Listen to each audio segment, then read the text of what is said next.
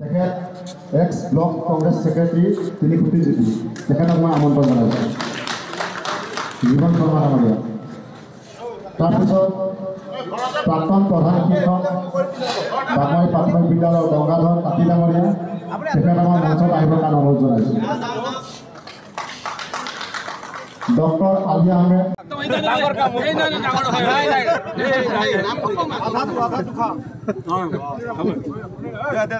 হয়, মই 2021 চনত বিহালীৰ পৰা নিৰ্দলীয় হিচাপে মই প্ৰাৰ্থীত্ব আগবঢ়াইছিলোঁ আৰু মোৰ সহযোগী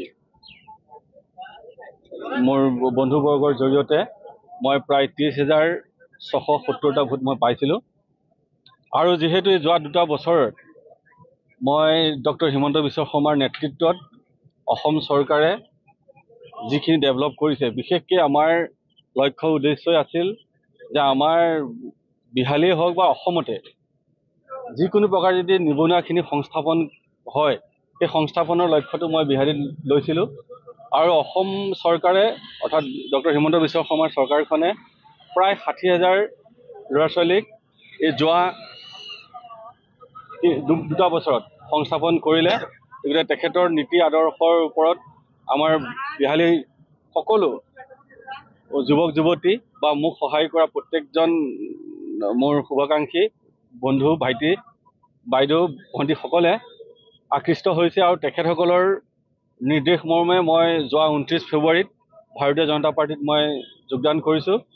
আৰু যিহেতু ভাৰতীয় জনতা পাৰ্টীৰ লক্ষ্য উদ্দেশ্য হৈছে দেশ নিৰ্মাণ কৰা, কোনো ব্যক্তি নিৰ্মাণ নহয়, গতিকে মই নিজৰ ব্যক্তিকেন্দ্ৰিক চিন্তাধাৰাবোৰ বাদ দি মই সামাজিকভাৱে বা আমাৰ যি ৰাষ্ট্ৰ নিৰ্মাণৰ যি লক্ষ্য উদ্দেশ্য ভাৰতীয় জনতা পাৰ্টি আছে, মই তেখেতসকলৰ ওচৰত শৰণাপন্ন হৈ মই যোৱা 29 তাৰিখে মই ভাৰতীয় জনতা পাৰ্টীত যোগদান কৰিলোঁ।